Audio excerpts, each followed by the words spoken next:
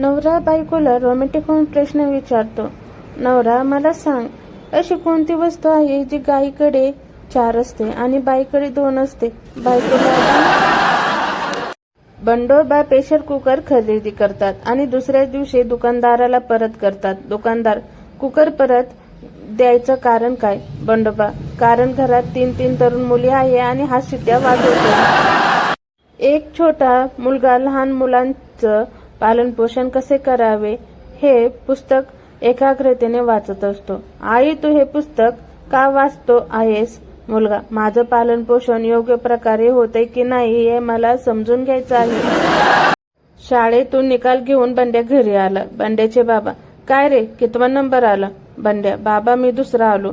बंड्याचे बाबा, का? यावेळी पहिल्या नंबरवरून घसरलास? बंड्या, त्यात काय झाले? अनिलला आणि मला सारखेच मार्क पडले. बंड्याचे बाबा, मग?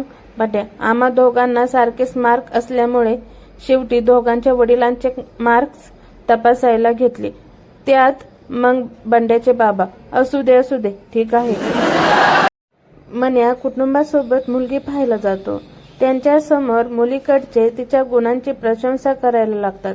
मुलीकडचे सांगतात, मुलीचा आवाज कोकिळासारखा आहे, मान मोरासारखे आहे, चाल हरणीसारखे आहे आणि स्वभाव म्हणाल तर गाय आहे गाय. हे ऐकून मन्याला राहवत नाही आणि तो विचारतो, अहो, हिच्यात मानवाचे काही गुण आहेत की नाही? आज गण्याने परत एक कमाल केली.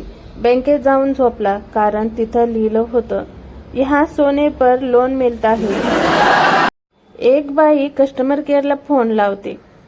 बाई रागाने, गेल्या 3 दिवसापासून तुमच्या कंपनीचं इंटरनेट चालत नाही, सांगा मी काय करायचं? कस्टमर केअर कर्मचारी, मॅडम, तोपर्यंत तुम्ही घरातली कामं करून घ्या.